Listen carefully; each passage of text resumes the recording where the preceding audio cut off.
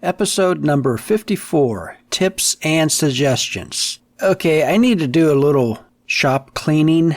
I have a bunch of stuff that I've wanted to mention, but I don't have a really good place to put them. So I'm just going to throw them in this Tips and Suggestions episode, and we'll go from there. Hi, my name's Roger Kugler. This is Working at Woodworking Podcast, where I hope that I can impart some of my 20-some years as a professional woodworker onto you. If you're just starting out in your professional career, you may have some questions, come across some problems. Maybe I can help. And if you've been doing a lot of projects out in the garage, in the evenings and on weekends, and you're getting pretty good at this, well, I'm going to encourage you to kind of go to the next level. Start doing some of that work for your neighbors. Somebody has a broken chair, see if you can fix it. Maybe somebody needs a table refinished. I bet you can do that and make some money at the same time. So tip number 1. If you have a Festool vacuum or any of the other high-quality HEPA-style vacuums that's on the market, you know, the one that you paid a lot of money for, I would really encourage you to buy the set of cleaning attachments. For my Festool, that was around $100 for a bunch of pieces of plastic. It comes in the sustainer that if you follow the picture, all the parts actually do go back into the sustainer after you take them out and use them. But if you don't follow the picture, it's not going to go back in. They put that there for a reason. So why do I like this so much? Well, quite honestly, because my wife likes it so much. Yeah, this is weird.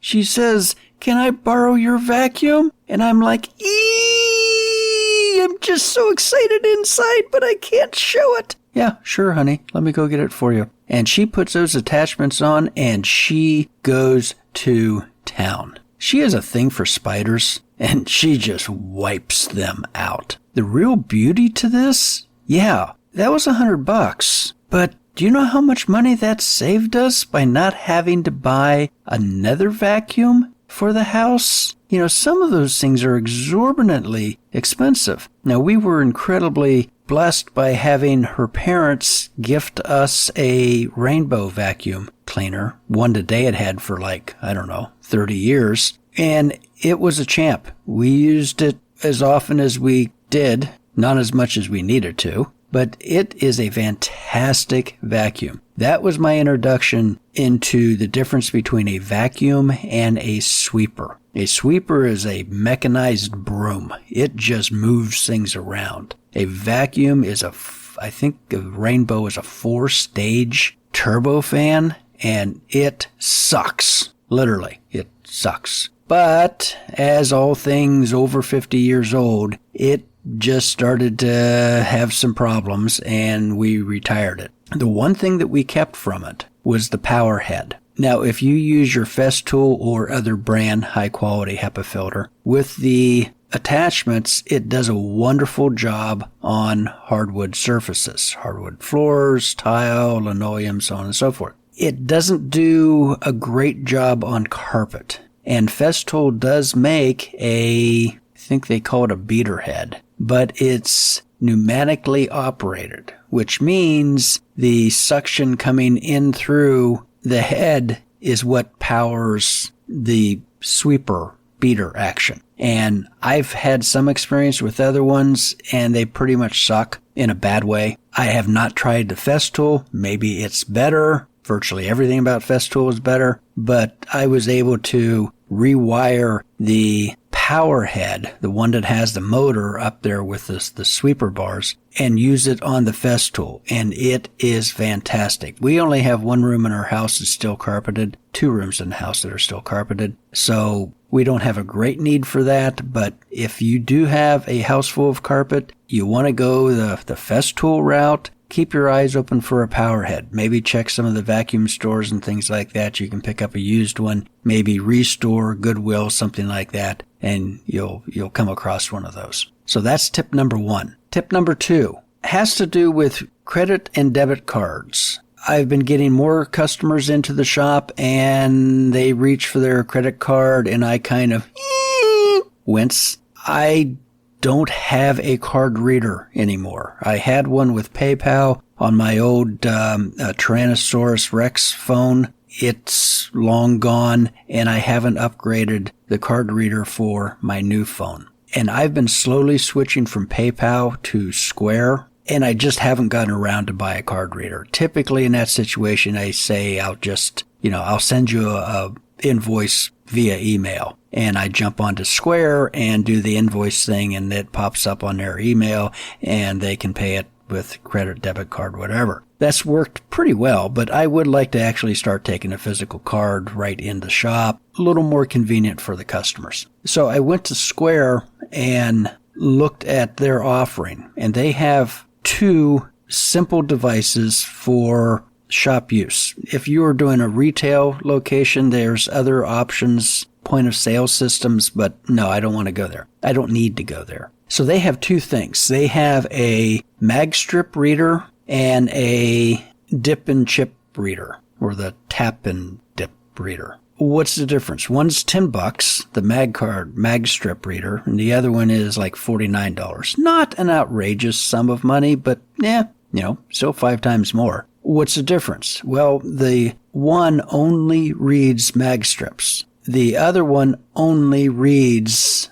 the near field communication, NFC, or the EMF, the Europay Master Visa system, the chip. Which one should you get? I'm going to suggest that you get the chip reader. 2 reasons. Number 1, most cards are chipped nowadays. They're not even making magstrip cards anymore. So everything in the future is going to be chipped. You might as well go ahead and get on board. But the other interesting thing that I discovered by reading the fine point is that if you use a magstrip reader to accept a payment, if there's a chip on that magstrip card, they assume no liability for fraudulent transactions. In other words, you have to use the technology that matches the highest level of technology available on that particular card.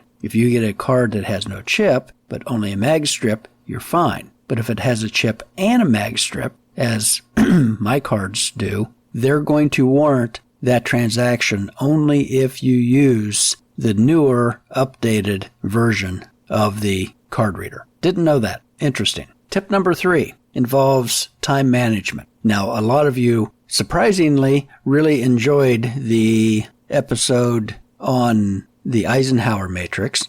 Thank you for all those who downloaded and listened. A couple changes that I've actually made to my routine having done that episode. I've started putting my products on the calendar. So if I get a email from Etsy that somebody has bought one of my products, it used to, well, it still does. It gets printed out. I print out the order and then put it up on my magnetic board out in the shop. And that's where I keep all of my orders. That's worked fairly well, pretty well. But now I'm also adding that product order onto my calendar when it is due.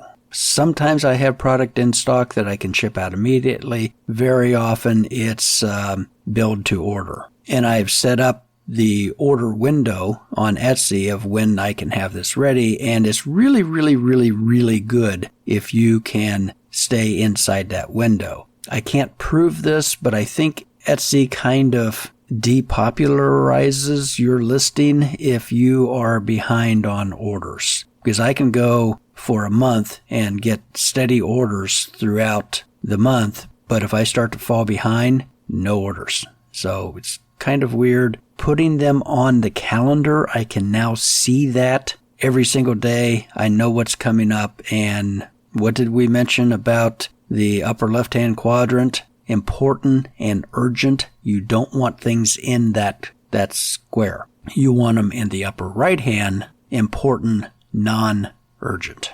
So that's been a big help.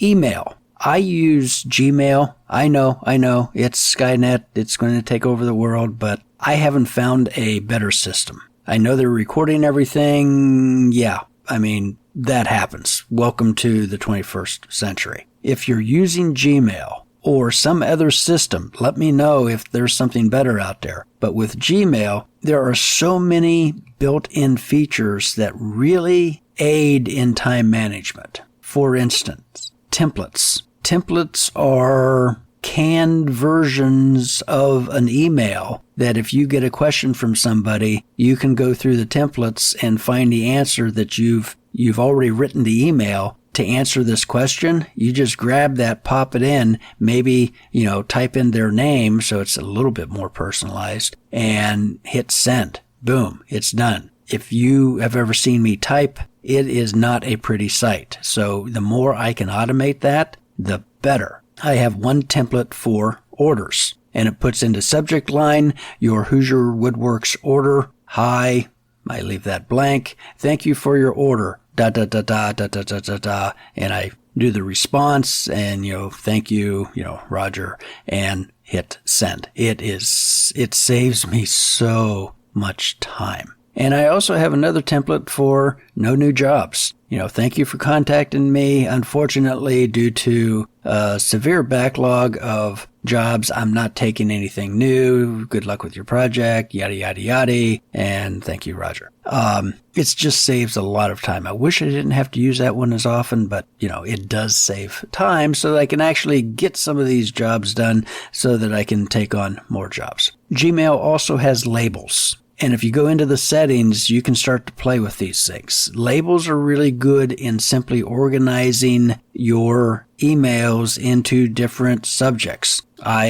have one set of labels that I call products. And there's product number 1, product number 2, product number 3. And I can see just by glancing at the email which one belongs to what. And you can also use tabs in Gmail. These are the ones that are horizontal up across the top. There's primary and updates and promotions and forums and I think something else. These are good to organize the emails that come in through the primary. And in fact, you can train Gmail to sort your email by type. You click on the email and grab it and move it into another category. So let's say you get an advertisement. Gmail actually does a pretty good job of sorting this themselves and moving those in the promotions tab. And so you look at that, there's like 50,000 in there. You click the button for all and then just hit the trash can and they all go away. Then there's the updates. The updates are things that are not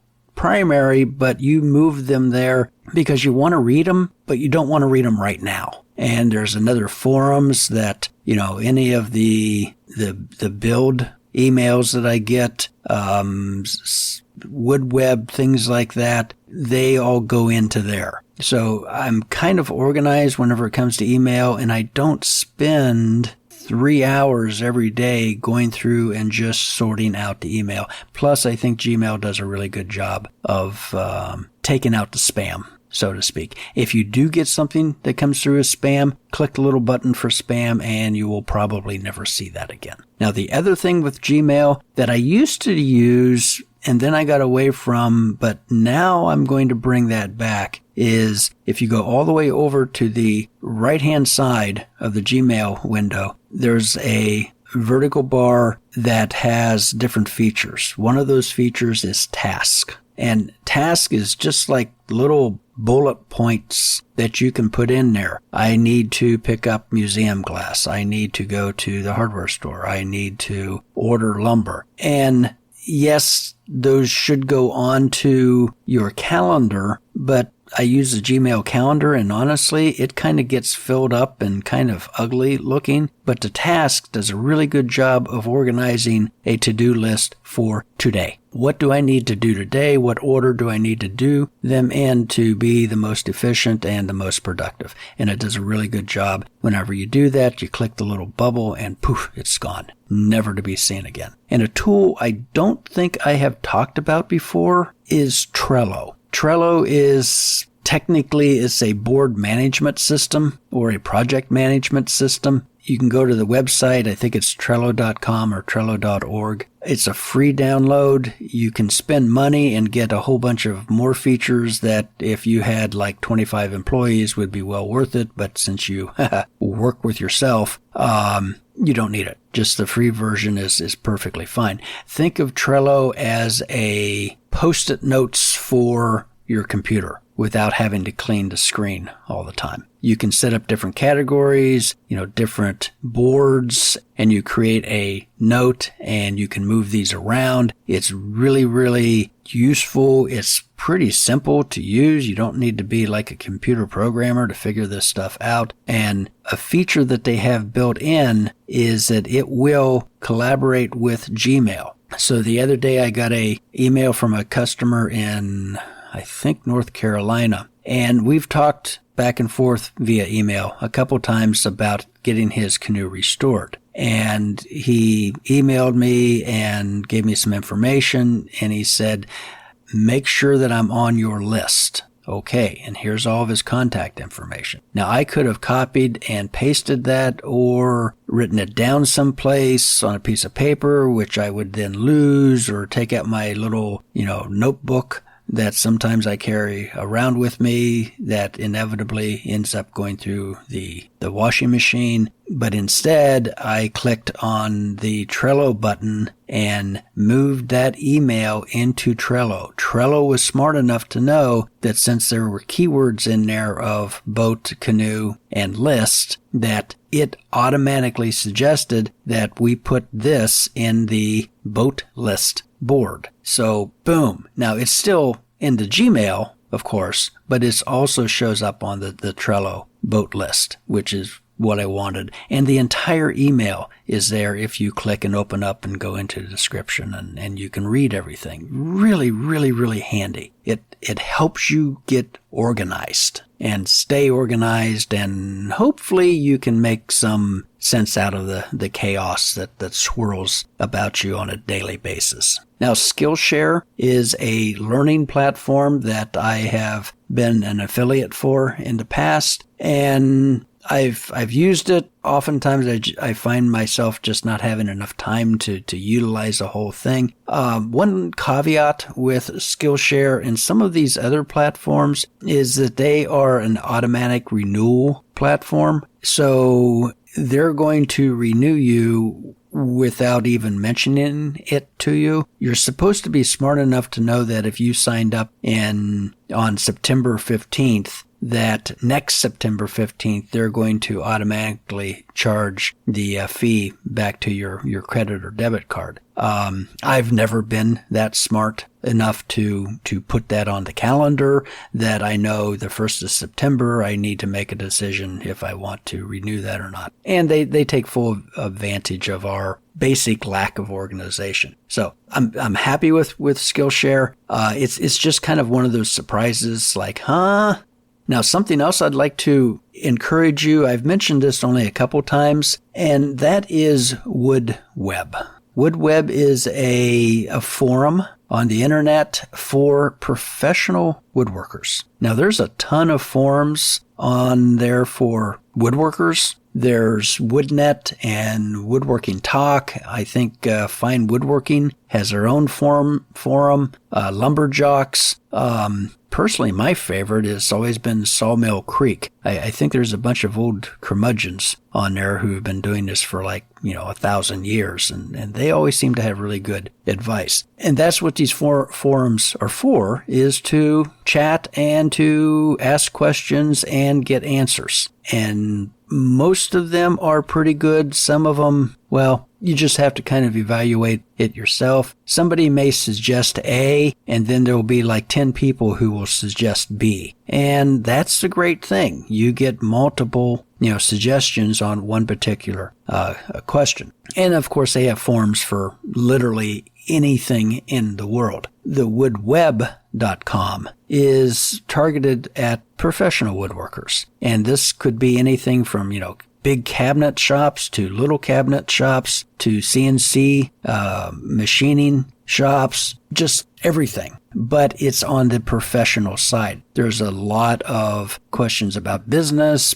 insurance, employees, healthcare, so on, things that the average woodworker would not at all be interested in. It also has a directory, and here you can list your business for free. You can give them money and they give you more stuff, but I think the free ad is perfectly fine. How often do you go to a professional forum website and look for other professional woodworkers? Yeah, I'm happy with the free site. I can't say that I've ever had any contact or made a sale because of it, and because it's kind of like singing to the choir. The one interesting thing you can do is explore, because they have these broken down in different categories. Cabinet making, general woodworking, furniture, CNC, finishing, just everything. If you go into the directory, and there's one for coffin makers. Oh, this has to be interesting. There's a coffin maker just north of Eugene, Oregon, that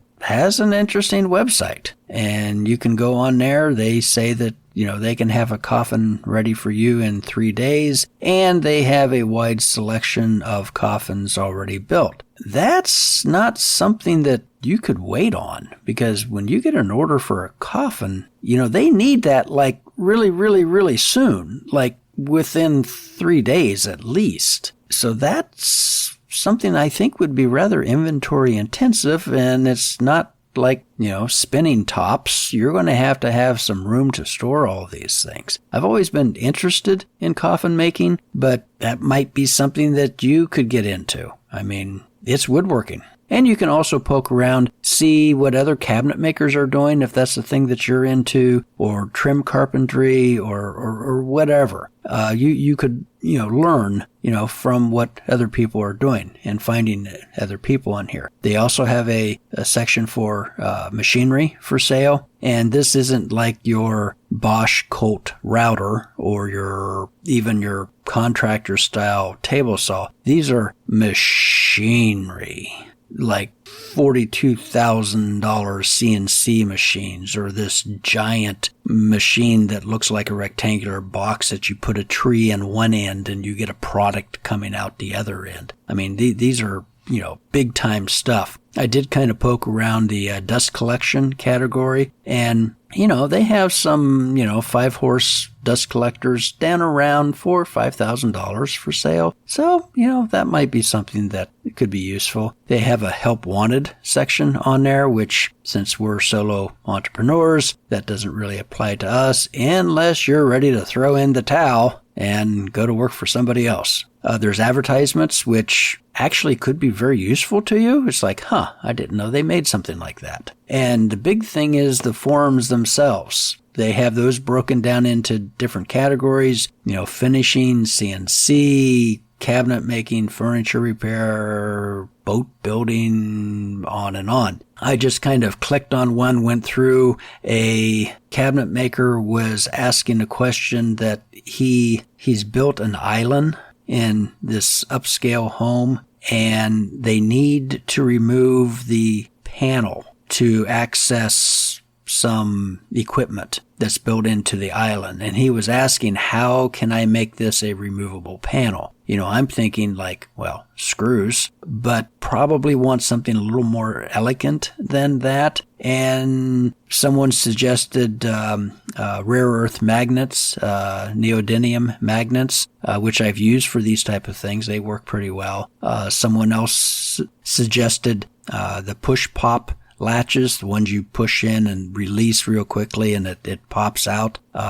Typically cabinet doors, you use those. And somebody else, actually a couple people, suggested star hangers. I have no idea what a star hanger is, so I Google it. And yeah, it's this plastic bit that fits into a 32 millimeter Euro hole, and it has a matching stud that goes into your panel, and you push it in, and then you can pull it back out. And it's like, I had no idea they made something like that. And in fact, there was even a comment down there that said, every time I come here, I learn something new. And well, I certainly learned something new. Okay, final tip. Listen to your customers. Don't get all freaked out about, oh, how am I going to do this? How am I going to build this? How am I going to design this? Your customers will tell you how to build it, how to design it, what they want, if you just get out of your way and listen to them. And I had a customer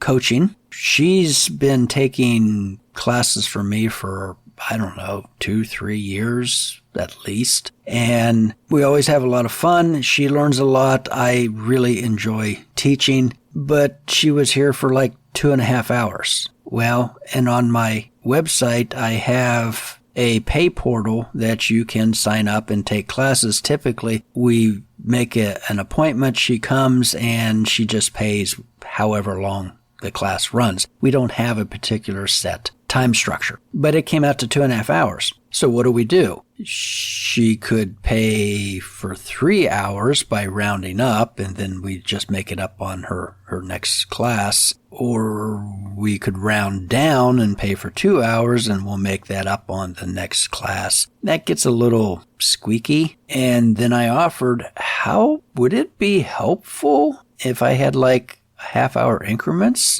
Yes, it would be. That's a brilliant idea. So that night I rechanged the setup on Square, the buy button. It was actually quite easy once you figure it out. And sent her an email, test this out. She did. It worked. Boom. 2.5 hours. Worked wonderfully. Listen to your customers.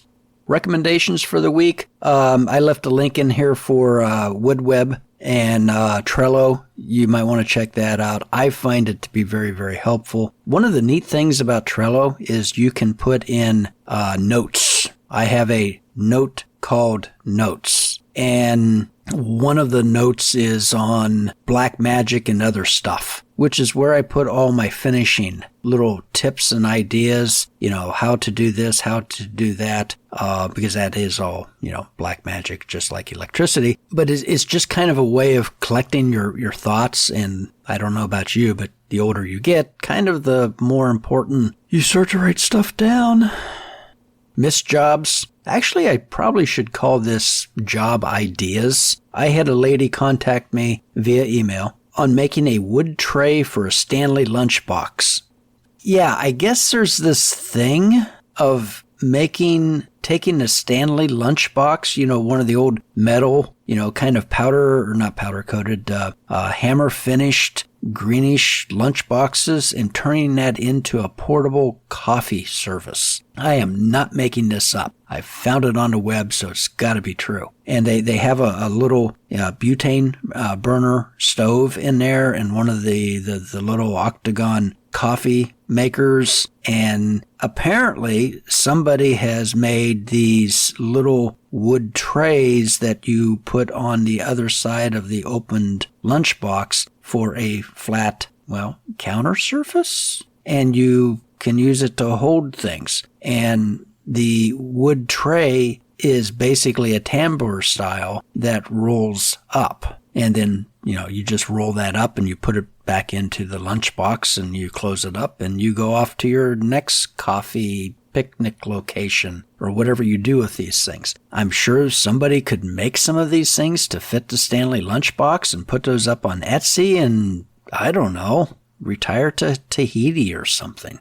Special thanks for all the listeners out there, especially the ones in Hiawassee, Georgia, and also Dublin, Ireland. Greatly appreciate it. Check out the show notes for affiliate links, and if you'd like to make a donation and support the show, there's a couple links on there to do that. And if anyone's interested in some coaching, I now offer that in half-hour increments. So thank you for listening, and until next week, happy woodworking.